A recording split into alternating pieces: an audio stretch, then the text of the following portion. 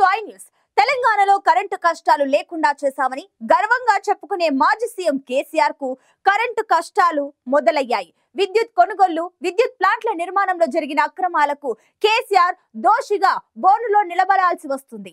విద్యుత్ విషయంలో కేసీఆర్ తీసుకున్న నిర్ణయాలే భారీ నష్టం తెచ్చిపెట్టాయని రాష్ట్ర ప్రభుత్వం సాక్ష్యాధారాలతో సహా అభియోగాలు మోపింది.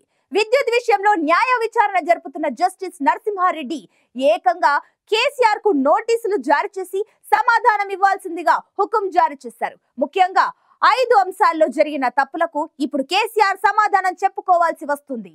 ఛత్తీస్గఢ్ లో జరిగిన విద్యుత్ కొనుగోళ్ల ఒప్పందం, యాదాద్రి భద్రాద్రి పవర్ ప్లాంట్ల నిర్మాణం అంశాల్లో జరిగిన అవకతవకలు కేసీఆర్ ను పీకల్లోతో కష్టాల్లో ఉంచబోతున్నాయి. విద్యుత్ కొనుగోళ్లు, విద్యుత్ ప్లాంట్ల నిర్మాణం విషయంలో అప్పటి ప్రభుత్వ అధినేత కేసీఆర్ చెప్పినట్లే తాము చేశామని మాజీ సీఎం దేవులపల్లి ప్రభాకర్ రావుతో పాటు మొత్తం 24 మంది అధికారులు న్యాయ విచారణ జరుపుతున్న జస్టిస్ నరసింహారెడ్డికి తెలిపారు. ట్రాన్స్కో, జెన్కో, డిస్కములు ప్రపంచ ప్రతిపత్తి కలిగిన సంస్థలు కావని, రాష్ట్ర యాజమాన్యం కిందే పనిచేయాలని అధికారులు చెప్పారు. రాష్ట్ర ముఖ్యమంత్రి ఆదేశాల మేరకే తాము పనిచేశామని తప్ప సొంత నిర్ణయాలు తీసుకోలేదని అధికారులు జస్టిస్ కు లిఖితపూర్వకంగా తెలిపారు. దీంతో విద్యుత్ విషయంలో జరిగిన అన్ని తప్పిదాలకు కేసీఆరే సూత్రధారి అని విచారణ కమిషన్ చేర్చింది. కేసీఆరే తమ సందేహాలకు సమాధానాలు చెప్పాలని కోరుతూ నోటీసులు జారీ చేసింది. జూలై 30 వరకు సమయం ఇవ్వాలని కోరినప్పటికీ విచారణ కమిషన్ మాత్రం జూన్ 30 వరకే గడువిచ్చింది. దీంతో ఈలోగానే కేసీఆర్ సమాధానం ఇవ్వాల్సి ఉంటుంది. ఒకవేళ కేసీఆర్ ఆ గడువులోగా సమాధానం ఇవ్వకుంటే ప్రత్యక్షంగా విచారించడానికి విచారణ కమిషన్ సిద్ధమైంది. విచారణకు సహకరించకుంటే అరెస్టు చేసైనా సరే సమాధానం రప్పించుకునే న్యాయపరమైన హక్కు తమకుంటుందని కమిషన్ వర్గాలు చెప్పాయి. విద్యుత్ విషయంలో కేసీఆర్ ప్రధానంగా 5 తప్పుడు నిర్ణయాలపై సమాధానం చెప్పుకోవాల్సి ఉంది.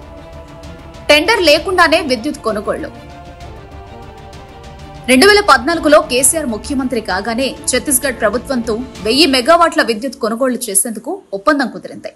యూనిట్ కు ₹5.50 చొప్పున చెల్లిస్తూ 12 ఏళ్ల పాటు విద్యుత్ కొనుగోళ్లు చేయడానికి అంగీకారం కుదిరింది. ఛత్తీస్గఢ్ నుండి విద్యుత్ సరఫరా చేయడానికి అనుగుణంగా 2000 మెగావాట్ల సామర్థ్యంతో లైను వేయాలని పీజీసీఐఎల్ ను తెలంగాణ డిస్కములు కోరాయి. ఈ నిర్ణయాలన్నీ ఇప్పుడు కేసీఆర్ మెడకు చుట్టుకుంటున్నాయి. దేశవ్యాప్తంగా ఏ ప్రభుత్వ రంగ సంస్థ అయినా విద్యుత్ కొనుగోళ్లు చేయాలంటే నిర్దిష్టమైన నిబంధనలు ఉన్నాయి.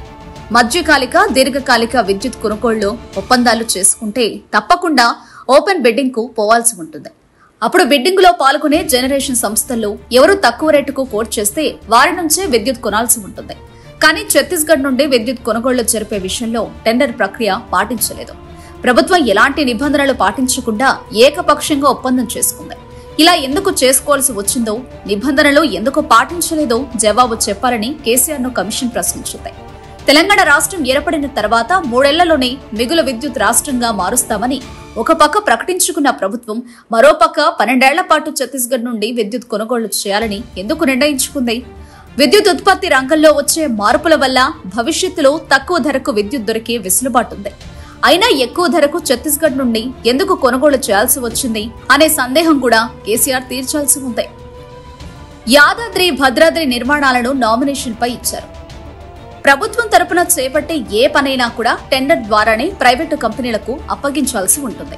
కానీ 1080 మెగావాట్ల సామర్థ్యం కలిగిన భద్రాద్రి, 4000 మెగావాట్ల సామర్థ్యం కలిగిన యాదాద్రి పవర్ ప్లాంట్ల నిర్మాణంలో టెండర్ ప్రక్రియ చేపట్టలేదు. నామినేషన్ పద్ధతినే కాంట్రాక్టు పనులు అప్పగించారు. ఇలా ఎందుకు చేయవలసి వచ్చిందో కేసీఆర్ సమాధానం చెప్పాల్సి ఉంది. సూపర్ క్రిటికల్ బదులుగా సబ్ క్రిటికల్ టెక్నాలజీ. కాలుష్యాన్ని తగ్గించడంలో భాగం విద్యుత్ ప్లాంట్ల నిర్మాణాన్ని సూపర్ క్రిటికల్ టెక్నాలజీ ద్వారా నిర్మించారని కేంద్ర విద్యుత్ నియంత్రణ మండలి ఆదేశాలున్నాయి. దానికి బదులుగా భద్రాద్రి థర్మల్ పవర్ స్టేషన్ ను సబ్ క్రిటికల్ టెక్నాలజీ ద్వారా నిర్మించారు. ఇలా ఎందుకు చేయాల్సి వచ్చిందో కేసీఆర్ వివరణ ఇచ్చుకోవాల్సి ఉంది. బొగ్గు గనులకు దూరంగా యాదాద్రి పవర్ స్టేషన్. దేశంలో ఎక్కడైనా బొగ్గు గనులకు సమీపంలోనే థర్మల్ పవర్ స్టేషన్లు నెలకొల్పుతారు. తెలంగాణ రాష్ట్రంలో కూడా బొగ్గు గనులు ఉన్న రామగుండం, మణుగూరు ప్రాంతాల్లోనే గతంలో థర్మల్ పవర్ స్టేషన్లు నిర్మించారు. కానీ బొగ్గు గనులకు 350 కిలోమీటర్ల దూరంలో ఉన్న నల్గొండ జిల్లా దామరచర్లలో 4000 మెగావాట్ల మెగా థర్మల్ విద్యుత్ ప్లాంట్ నిర్మించారు. బొగ్గు గనుల నుండి దామరచర్ల వరకు బొగ్గును రవాణా చేయడానికి అధిక వ్యయం చేయాల్సి ఉంది. అంత దూరంలో పవర్ ప్లాంట్ నిర్మించాల్సిన అవసరం ఏమొచ్చింది అనే సందేహాన్ని కూడా కేసీఆర్ తీర్చాల్సి ఉంది. ప్రతి విషయంలోనూ ప్రభుత్వం జోక్యం. విద్యుత్ ఉత్పత్తి విషయాన్ని జెన్కో, విద్యుత్ సరఫరా విషయాన్ని ట్రాన్స్కో, పంపిణీ అంశాన్ని డిస్కంలో చూసుకోవాలి. కానీ తెలంగాణ రాష్ట్రంలో ప్రతి విషయంలోనూ ప్రభుత్వమే జోక్యం చేసుకుంది. ఎక్కడ ఎంత విద్యుత్ కొనాలి, ఎంత ధర చెల్లించాలి, ఏ పద్ధతిన విద్యుత్ ప్లాంట్ల నిర్మాణం జరపాలి తదితర విషయాలన్నీ ప్రభుత్వమే నిర్ణయించింది. నిపుణుల సలహాలు కానీ అధికారుల సూచనలు కానీ పట్టించుకోలేదు. అటు నిబంధనలు పాటించకుండా, ఇటు అధికారుల సూచనలు పాటించకుండా ప్రభుత్వం ఏకపక్ష నిర్ణయాలు ఎందుకు తీసుకుంది అనే విషయాలపై కేసీఆర్ సమాధానం చెప్పాల్సి ఉంది.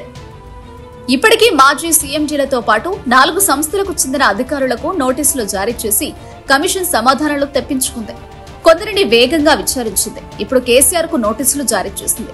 కేసీఆర్ సమాధానం అందిన తర్వాత జస్టిస్ నరసింహారెడ్డి కమిషన్ పూర్తి నివేదికను ప్రభుత్వానికి సమర్పించాల్సి ఉంది.